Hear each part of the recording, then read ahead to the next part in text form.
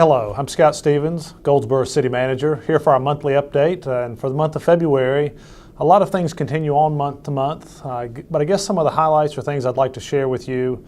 First is budget time. I don't think you'll hear much about that in terms of discussion with our mayor and council, but rest assured for our departments, they are assembling what they believe will be our needs for our next budget year, which begins July 1st and runs through June 30th of 2014. And they're putting that information together with the goal of getting it into our finance department.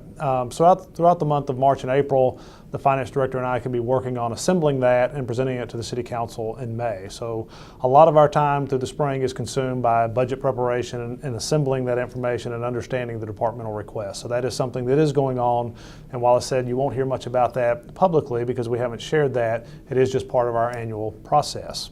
Again, we have to have a budget approved by the end of June of 2013 for our next fiscal year, so we're working towards that.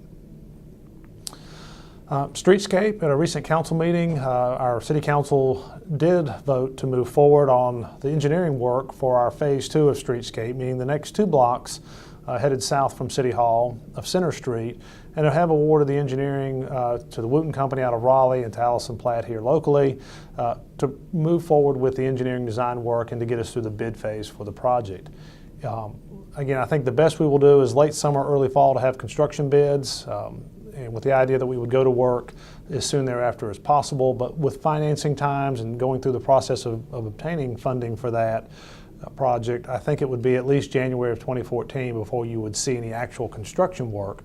So I think you'll see some design and surveying type work going on. You'll see people walking up and down the street looking at ways to do it. We'll have some meetings with downtown business owners to talk about phasing and make sure we understand their concerns and try to address those as best we can. But that project at this point is moving forward based on the council's recent action at our first meeting here in February. I will tell you the first block that was done here at City Hall, we've continued to receive renewed interest in downtown, so it is having that effect of interest in downtown from new or businesses in the community moving to downtown. And so I think we are very encouraged by what the first section has done. The comments from the community, by and large, have been very positive, and I think it's still an investment in our future in our downtown. And we did have a recent example where downtowns were reinforced that they do matter, and then an outside investor had said for a project that was coming here a few years ago, everything was on go for Goldsboro until they came downtown, and when they saw the downtown, they decided not to come here. So I think that downtown does have implications for all of the community, and having a vibrant downtown continues to be important to us, and I believe important for Goldsboro in the coming years. Another part of our work this month, and at least in the early part of February, is preparing for our City Council retreat. The dates for that are February 12th and 13th. The location, we believe, will be at the Goldsboro Municipal Golf Course, and not Goldsboro Country Club, but at our golf course. We'll be over in our clubhouse there where folks come in and pay for golf and try to we have a meeting area there that we'll set up. So our retreat will be here in Goldsboro, but we're trying to put together our agenda and prepare for that. A part of that for the council will be getting their mid-year financial update, hearing about our capital improvement plan, at least what we perceive will be our needs over the next 5, 10, 15 years. We'll talk about our pay and classification study that's ongoing, at least where we are in that process. We'll talk about some of the noise overlay changes related to the Air Base and the AQ study that's put out by the Air Force. We're going to talk some visioning. We've got a facilitator coming in for a day of our 2-day retreat to really sort of help the council determine what's important to them, what they'd like to see for Goldsboro for the next 5, 10, 15 years. And some of those things that you start today, you can see the end of in 3 years. Some of those things you need to start today so it moves the community where you want it to be in the next 10 or 15. And so that's part of our retreat process of trying to pull from the council and department heads what they believe should occur within Goldsboro in the coming years. We'll also talk about our Parks and Recreation Master Plan. We've talked about that at several of our work sessions. It was deferred to the retreat to talk a little more in depth about that, so our Parks and Recreation Director will talk about that, as well as Corps of Engineer flood project along the Neuse River. Some concerns we have with our water intake structure and a dam that currently exists on the river that needs some maintenance. We'll talk about some of the I&I flow work or within our sewer system where you have I&I, which is unwanted water, infiltration and inflow within our sewer collection system. And you'll see folks in the month of February installing devices to measure that throughout our sewer system. And then finally, sort of a summary of that, we'll get into public works staffing analysis and an overview of our golf course and revenues for that. So that's really our retreat draft agenda. That'll be finalized in the next week. And again, those retreat dates are February 12th and 13th. So we'll have more to report potentially on that in the coming weeks.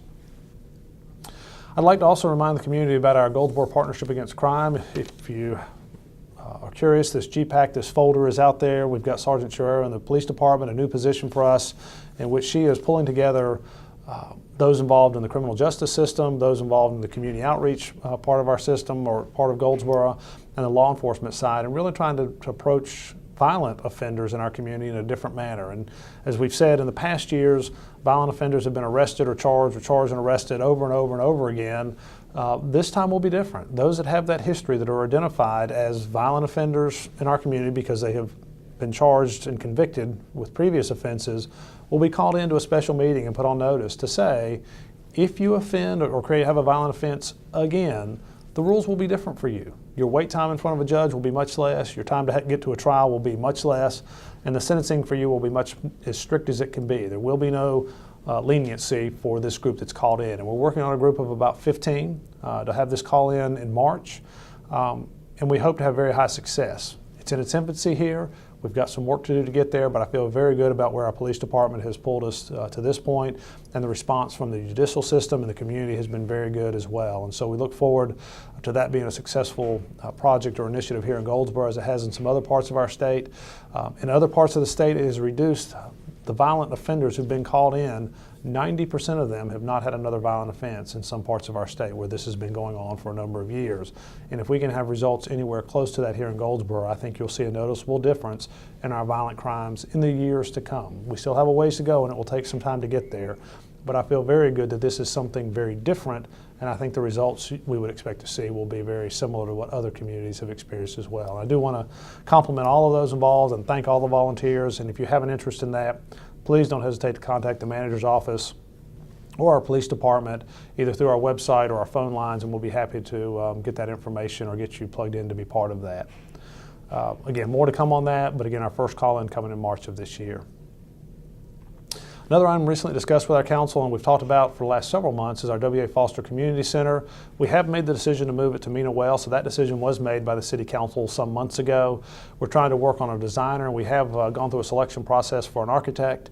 We are trying to get that to a reasonable price in terms of schematic designs and some cost estimating to help us make a good decision on what the facility should be built of, whether it's a metal building with a brick facade or whether it's a different type of construction.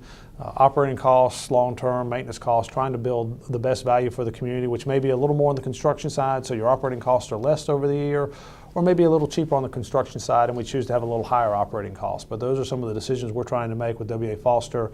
And then also probably the bigger decision for the community side is it a one gymnasium facility, which is what we're replacing, or do we try to expand it to a 2 gymnasium facility? And the cost will be significantly different from a 1 to a 2, but your programming and ability to use and schedule will also be significantly improved with a 2 court gymnasium. So those are discussions we'll be having with the council over the coming months and trying to move forward and still have that project under construction this year and then up and running hopefully in early 2014.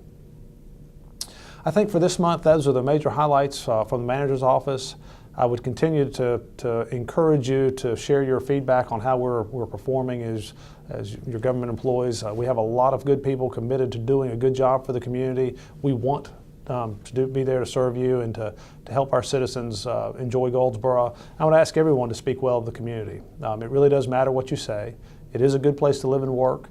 You never know who's listening to you, and please do what you can to promote Goldsboro and Wayne County is a great place to live and work because it is. And as always, if we can be of help out of the manager's office, please don't hesitate to contact me, again, either through our website or by calling 580-4330. Again, the manager's office, 580-4330, and we'll certainly be in touch with you, and if we can help, we're there to do that.